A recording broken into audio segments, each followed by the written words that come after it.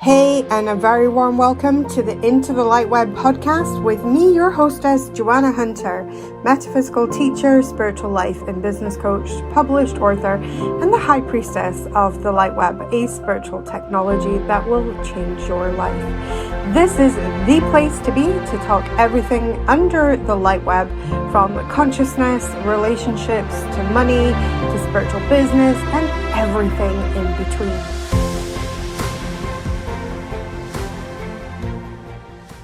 Hello and a warm welcome. It's Joanna Hunter here for another episode of Into the LightWeb podcast. And I am joined today on the show by the beautiful Jennifer. Jennifer, come and say hi. Come and introduce yourself properly so people know what it is that you do in the world and who you are. Hey there. Thank you so much for having me, Joanna. So my name is Jennifer Moore, and I am the author of the book Empathic Mastery, and I'm a fairy godmother for empaths.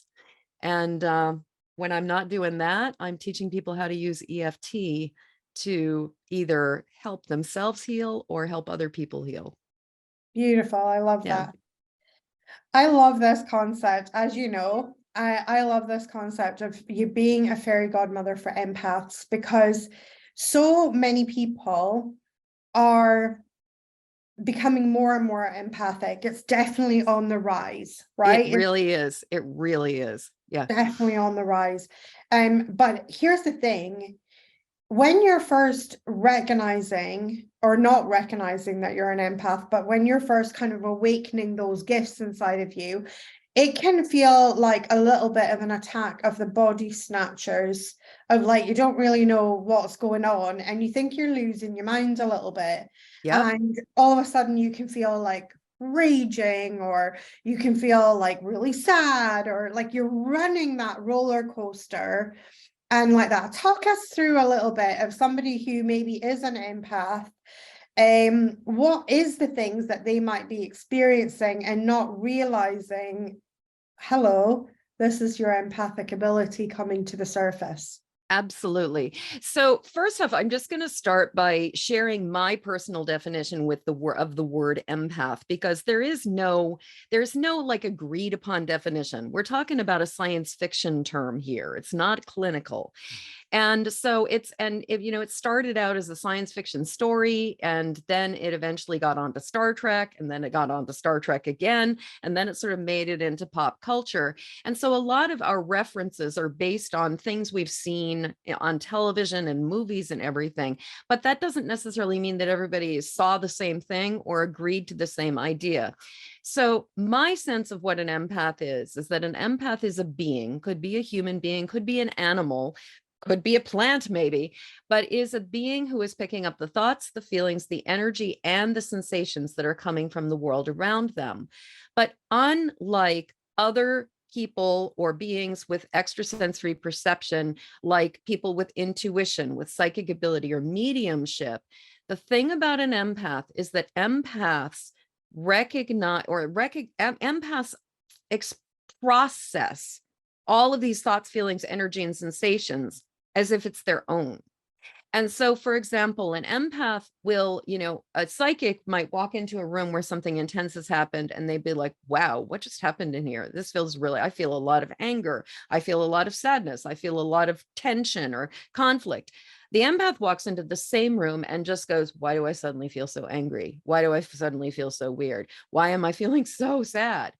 And the challenge for a lot of us is that when these abilities or this capacity to absorb energy and emotions that are coming from the world around us, it sort of comes online. For some of us, it starts as children. For some of us, it starts as we get older. For some of it starts because there's just so much energy in the world coming at us that we don't have the ability to block it out. But when that often starts to happen, we think it's our stuff. We think we're processing our own emotions, and it can make it really confusing because all of the things that we would do to try to deal with our own feelings don't work.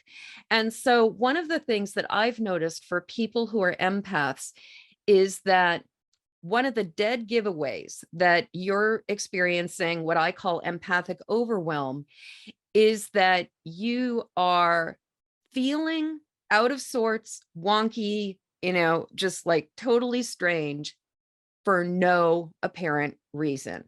And I will add a caveat to that, which is that, and you've done enough of your own personal work on your inner triggers and the stuff from your past and your childhood that you know yourself well enough to be able to say, okay, I know that this is not about the time that I got kicked off the baseball team when I was 5. I know that this is not about the experience I had when I was 16. This doesn't fit or correlate with anything going on in my own life, but I'm really picking up on all of this energy and this intensity and this stuff. And so the first step in my experience of navigating this is beginning to be able to recognize, first, even just claiming the identity and saying, oh, I am an empath and I am susceptible to picking up the signals and the energy and the emotions that are meant for other people. And I think that what I've noticed is that empaths, and a lot of times, if somebody was raised or grew up as an empath, they've been told from the time they were really, really little, you're too sensitive, you're overreacting, you're taking things too personally, you are, just suck it up, get over it, you have too overactive imagination. And so a lot of times this not only affects empaths in terms of them thinking there's something wrong or broken about them, but also where, because the people in their environment were not owning their own feelings, were not taking responsibility, the empaths a lot of times would be processing things that weren't theirs and trying to deal with that. But when they commented about it or said things or just had an emotional reaction to it, a lot of times they were also invalidated and told that's not really going There's on. a lot of gaslighting of empaths. A lot of gaslighting. I had that when I growing up. There was a lot of gaslighting, and sometimes I just had this deep knowing that there was something going down, and of course it would transpire to be right, but before it transpired to be right, it would often be followed by, if you commented on it, it would be followed by gaslighting. Exactly. I know that, and things, and it was that invalidation. I think a lot of people can really, really, they can really like resonate with that. Yeah. And as a fairy godmother, you help people to kind of heal the kind of trauma of maybe being an unrecognized empath for many years and then starting to integrate that. Because a lot of people, I know a lot of previous clients of mine and things like that have come to me as what I call a very raw empath, in the fact that they haven't really learned how to leverage that as a gift. Yeah. So it's just this kind of weird additional appendage that is causing more problems than good. Yes. And then of course we work together to get them focused and help to integrate that and to really, really honor their empathic abilities as the absolutely beautiful and special gift that they are. But you do that for your clients as well.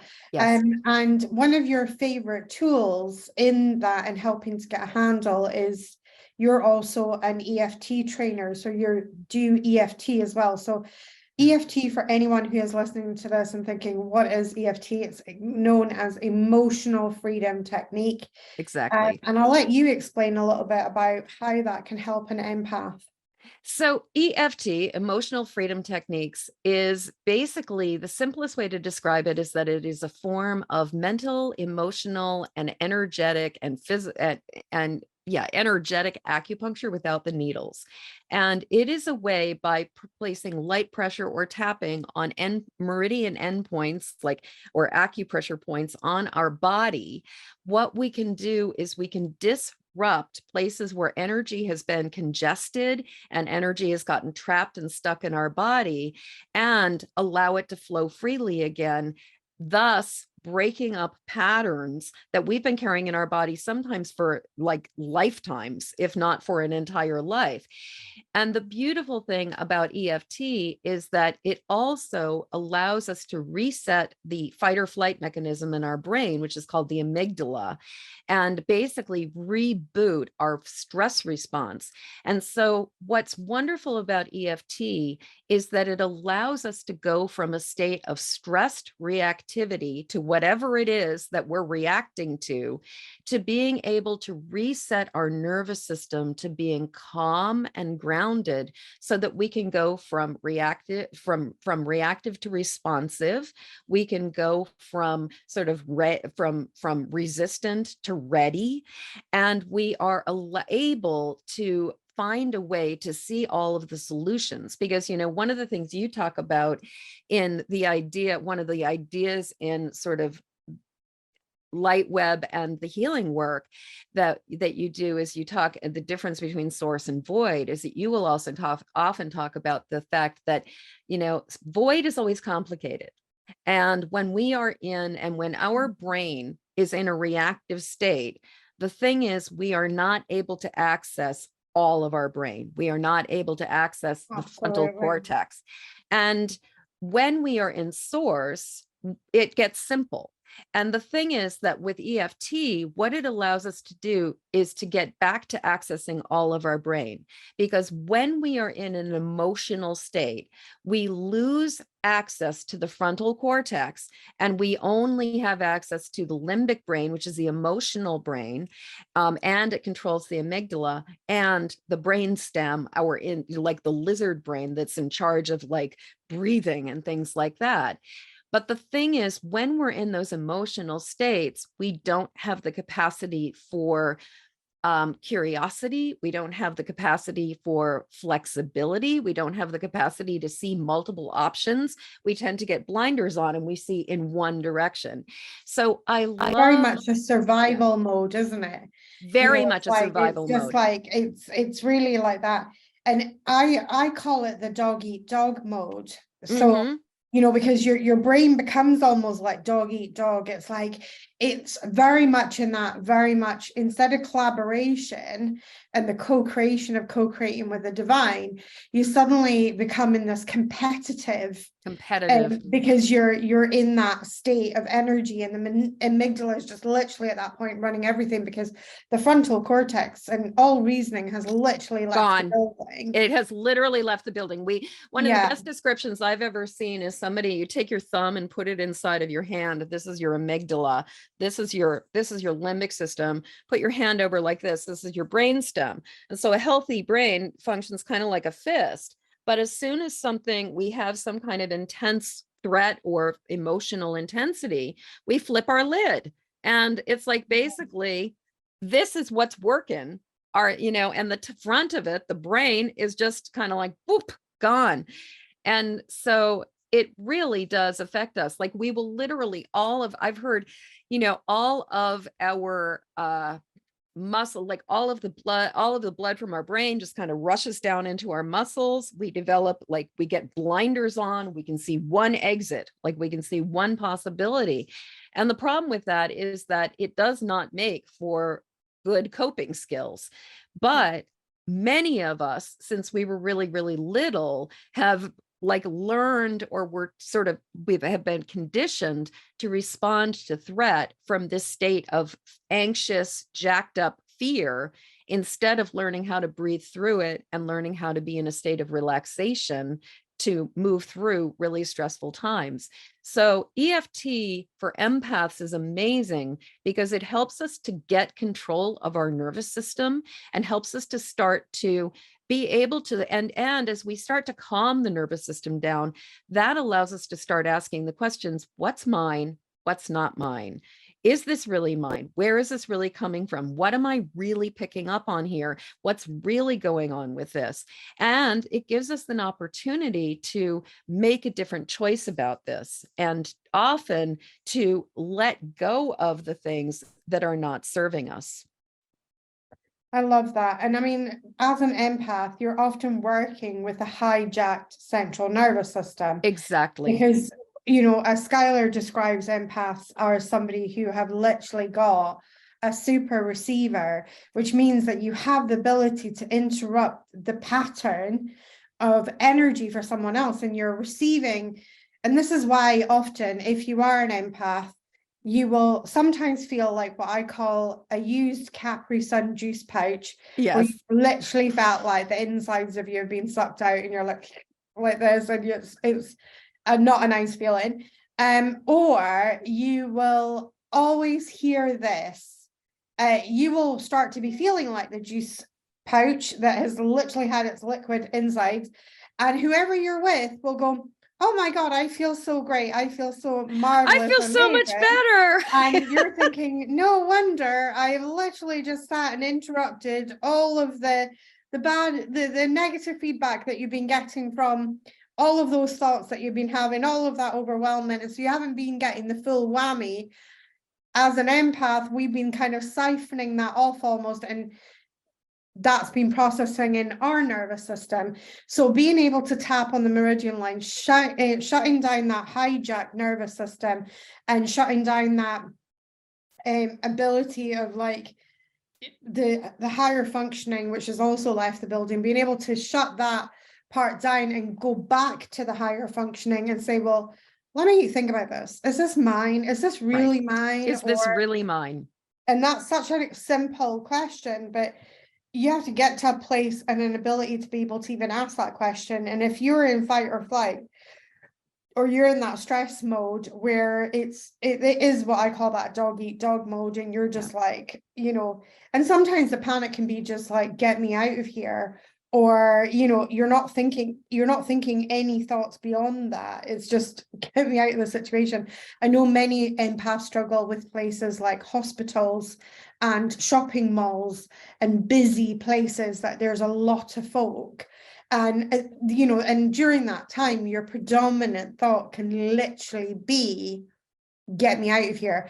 But you can nip off to the bathroom for a few moments and do some tapping. Yes, exactly. Which is really nice.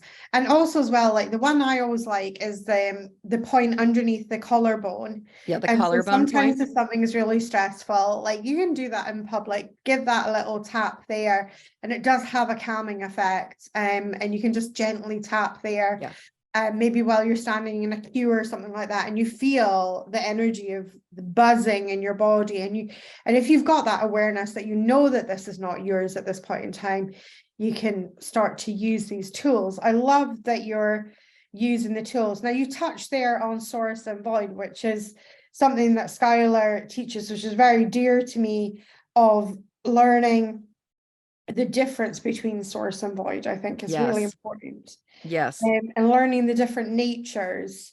How have you been able to, because you're one of my students as well, so how have you been able to take those teachings and kind of adapt them into your world as well? Because they've been really great for your world too. So tell us a little bit about your experience with that, because they are such a powerful set of teachings. They are so powerful. So I think I'm going to back up, and before I was even a teacher, just talk about my personal experience with sort of the difference between source and void, because I've been really aware of that barrier, or that sense of like, there's like the divine, the world of light and love and possibility and unlimited infinite abundance. And then there's the world of like that sort of cesspool, that whirlpool of fear that just feels like as soon as you get anywhere near, or if I get near it, like I can almost feel like the vacuum sucking me down into it again. And there's a book written by a woman, Starhawk, who talks about that, called The Fifth Sacred Thing, that came out back in like the I think the 90s, the early 90s. And she talks about the concept of el mundo bueno, the good world, and el mundo mal, the bad world. And that there's like a skim between them. And so when you started talking about and introducing the concepts of source and void, I was like, el mundo bueno, el mundo mal, like this idea of like the one world, like el mundo. For me, the source world is like it's led by love, it's led by possibility, it's led by divine source. the void world is led by human ego, and it's led by terror, and it's led by fear. And it is also a way to manipulate people into believing that there's only so much pie, and that like he who dies with the most toys wins. The dog eat dog. Dog eat dog, just there's awful. competition. You got to struggle. You got to push the boulder up the hill. You got to work hard. All of those are All the of those signs of things. the void. All of those things. And so I grew up in a family of atheists. I grew up in a family, I was this magical little child, and I grew up in a family where nobody really believed in any of this stuff. Like they didn't believe in psychic abilities, they didn't believe in any sort of divine source. And so I was just constantly being told that I had an overactive imagination, that there was no such thing as divine source, and that, and so I was constantly coming up against the fact that I was being told the only thing that exists is the void. The only thing that is here is this miserable human experience, where, like, because my parents were also very socially justice oriented, but instead of necessarily always being looking at the solution, there was a lot of like what I call awfulizing that went on in my family, and a lot of like looking at things and just being like, that is so wrong, that is so wrong. But there was no sense of trust or faith or hope or possibility, other than the idea that, like, charity and human and service, acts of service and love would help turn things around. But there wasn't a sense of things are going to be okay. So I grew up. Let's touch on that charity as well, because we've had many conversations about this and about your parents and things like that. But the charity was even coming from really not a nice place either, because it was coming from that servitude of like feeling like you had to sacrifice, and again, no trust in the divine whatsoever. No trust. Am I going to have to roll up my sleeves here, work really hard?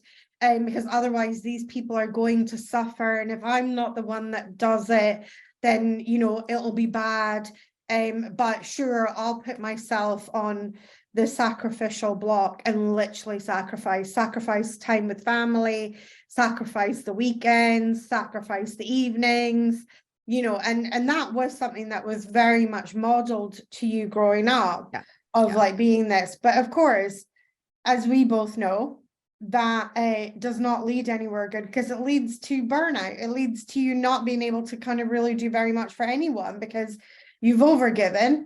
And for an empath, I think overgiving is probably the worst thing that we can do, because it depletes us so much.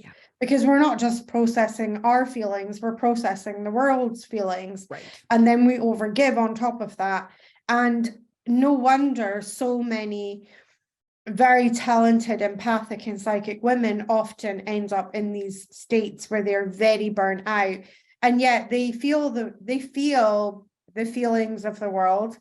And and it's a beautiful thing that there is such a strong driver that they want to help, but we can't help from empty cups. We cannot help from empty cups. We cannot help from empty cups. And, and the thing is that depletion is sort of like, the depletion is kind of the first step of that of that. But then, I know so many highly sensitive empathic people who want to be be part of the solution, who want to be helping the world. And things like fibromyalgia, things like chronic illness, things like autoimmune diseases become issues. And then eventually, if the wake-up call is continuously ignored, then it gets to be things that get even more serious, like strokes, heart attacks, cancer. And the thing is, and I can say, watching my highly sensitive, deeply caring mother, who really had no connection to source and really did think that it was entirely on her, just give and give and give. Like she really would, literally, as you were saying, it's like she would come home from work, eat some food, and then go into her office and end up on the phone with patients in distress for like hours every single night. And eventually that turned into, by the time she was in her 40s, she was struggling with insomnia. She was struggling with, anxiety. And That's a huge one, isn't it? That it's huge. all on me, right? It's Because all on me. even just Yeah. thinking that, the anxiety starts to rise because there's this feeling of like, my God, how am I going to do it all? How am I going to, and I really recognize this feeling of it's all on me. I say that we talk in my world about the poor little me story. So the poor little me, and then you fill in your blank. My favorite flavor of that story, of the story that I used to disconnect myself from source, was poor little me, it's all on me, I have to do it all myself. And that story would take my vibration down every time. Just the telling of that story would make me feel deathly depressed. I would feel so low, I would feel so crap.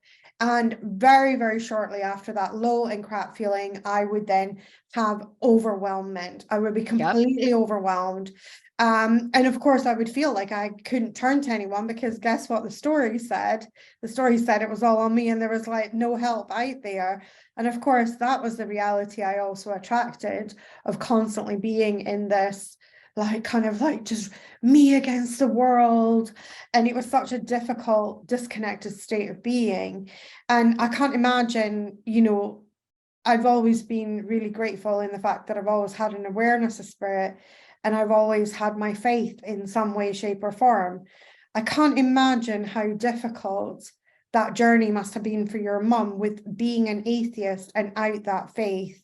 Yeah. Of like, because for me, there was still, even though I was telling that story, there was still a knowing, like way back in the back of my mind, that on some level I've literally just spouted bullshit, and that there was something there bigger than me that could help me, but I wasn't always open to receiving that help. Right. I can't imagine what it would be like to tell that story and put that weight and pressure on.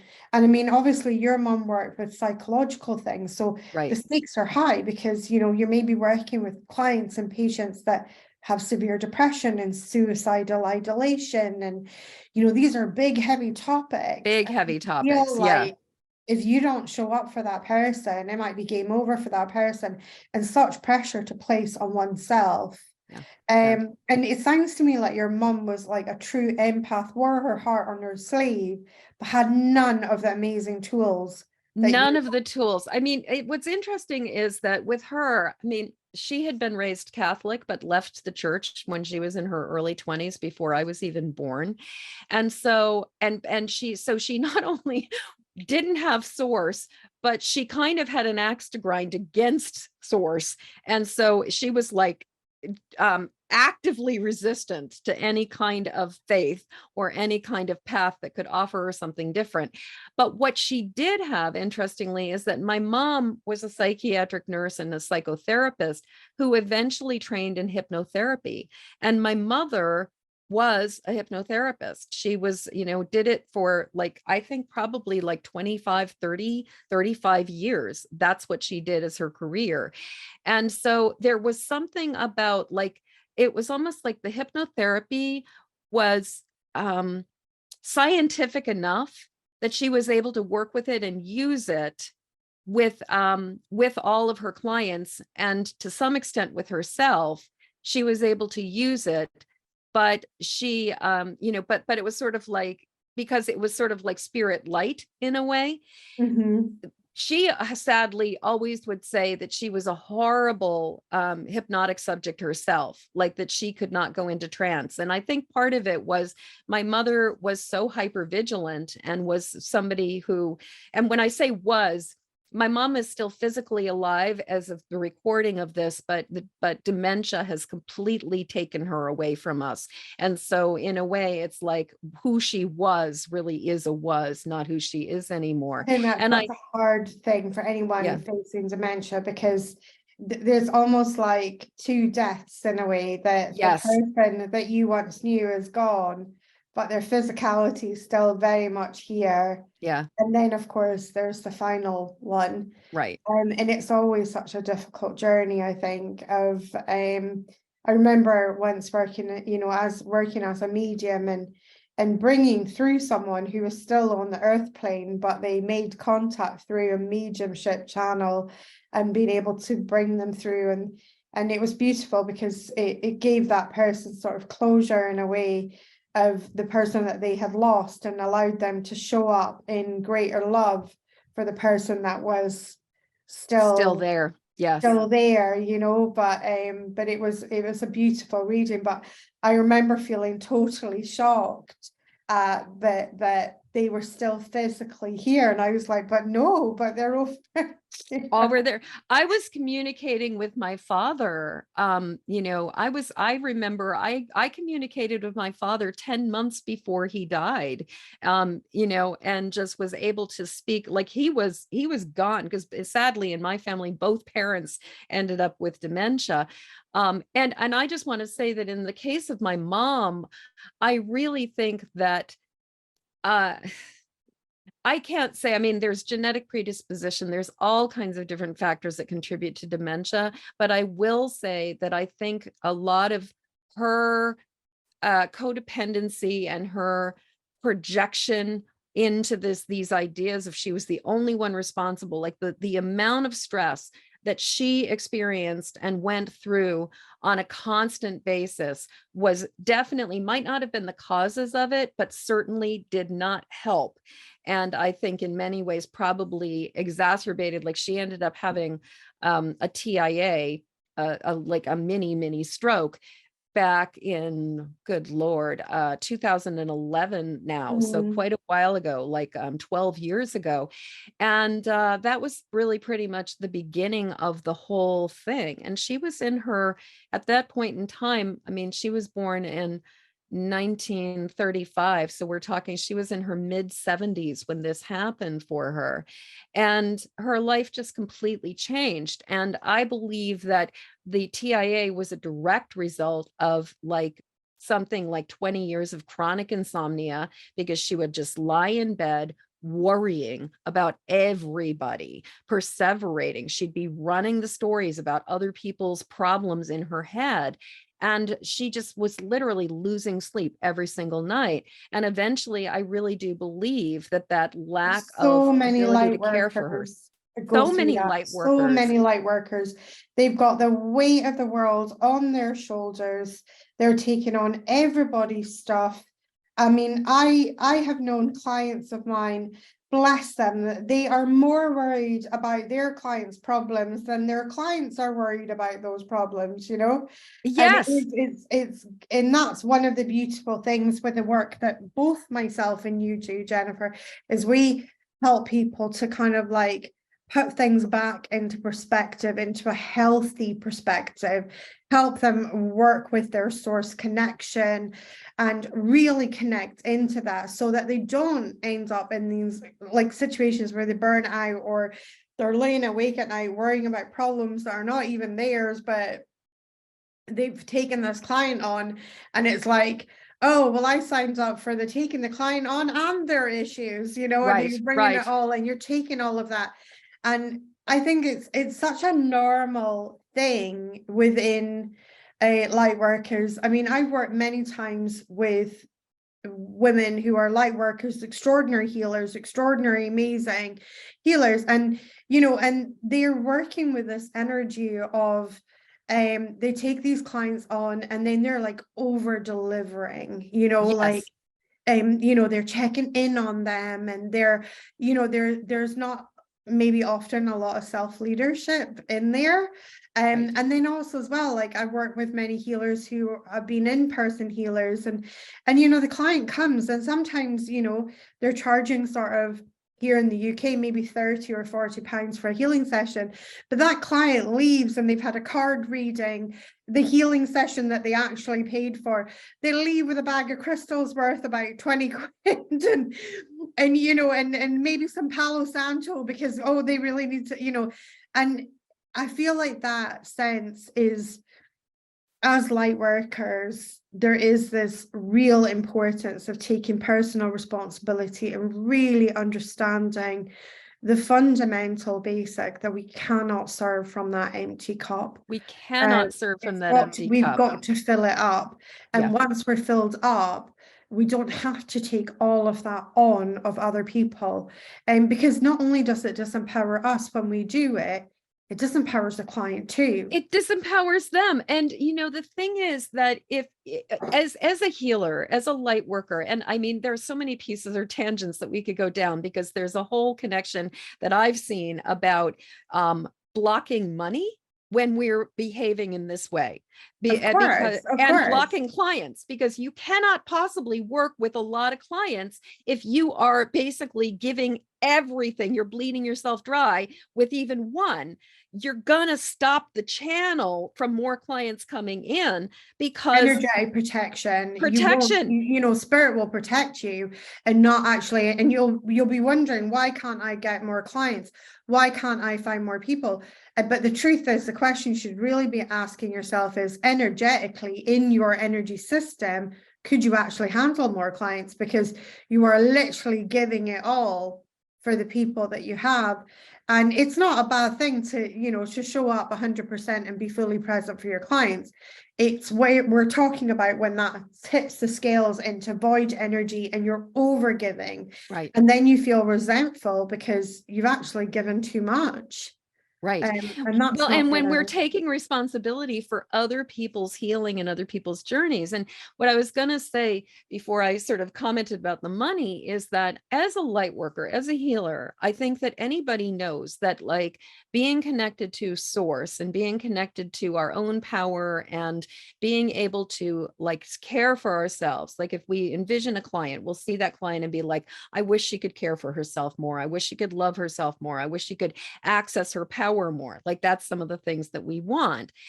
And yet we will sometimes model, even though we want this for that person, we model the absolute worst. We model the opposite of it. We model giving away our power. We model over giving, overdoing, and depleting ourselves. And so we're doing this thing where there's an energetic mismatch, where what's happening is we are basically saying, do what I say, not what I do, except that we always respond to energy, not words. If we are living in a place where there are words and there's energy, it does not matter what somebody is saying.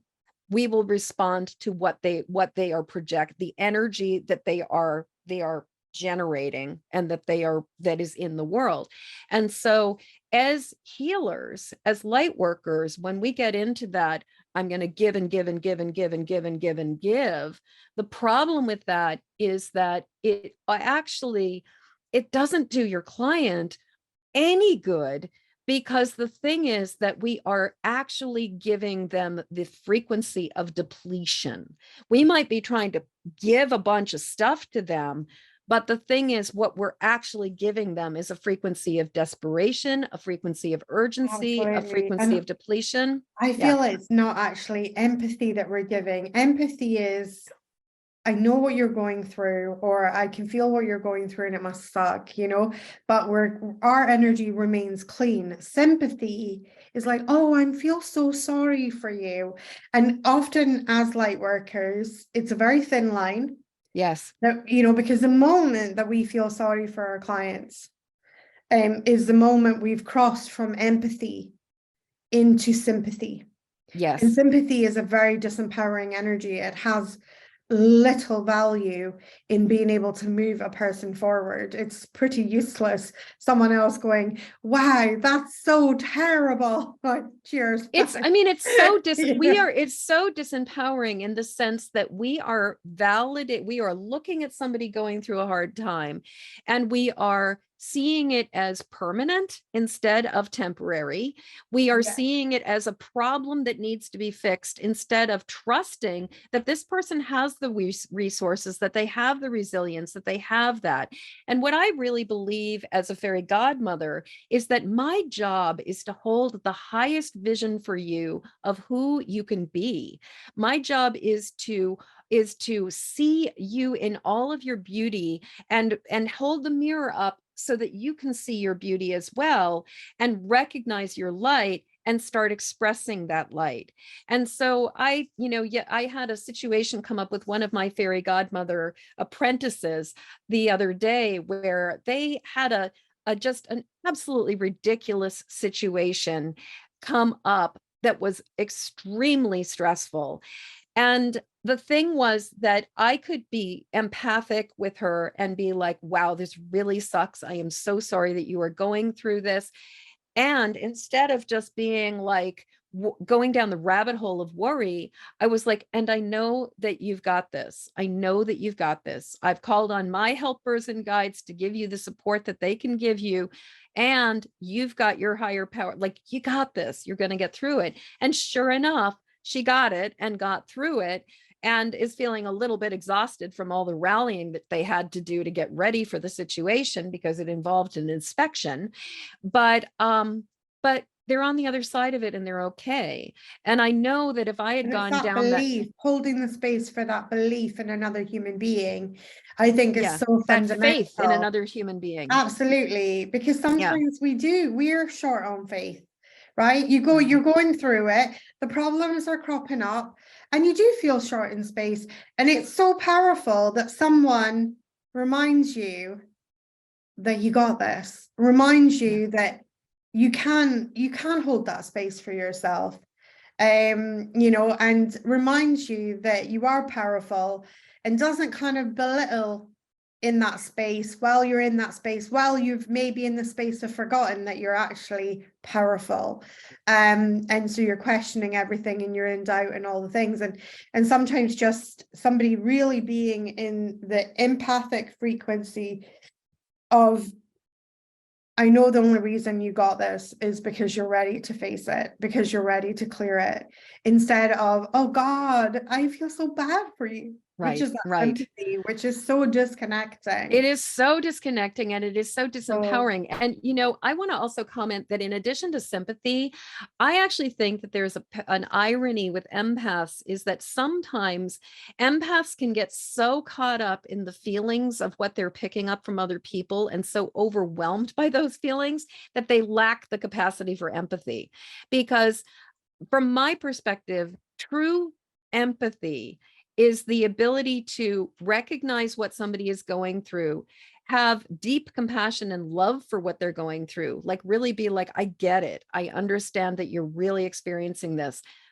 But true empathy is also the ability to recognize that that's their experience, not my experience. Mm-hmm. And the thing I've seen with a lot of empaths is that empaths can get so caught up in being overwhelmed by the intensity that not only do they get sucked into that weird, like saccharine sympathetic thing, but they can also get so caught up in the emotional intensity of it that they end up feeling more about the experience that person is going through than the person themselves, and can really pull focus so that it ends up being not about the client or about the person going through the experience at all, but really about the empath's like sort of secondary processing of that experience, which is really not helpful. And I think in some ways is probably the least attractive trait of empaths, is when we get caught up in that overwhelm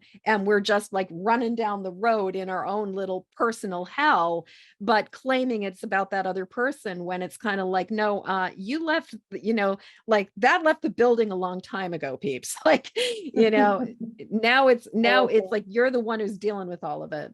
Yeah.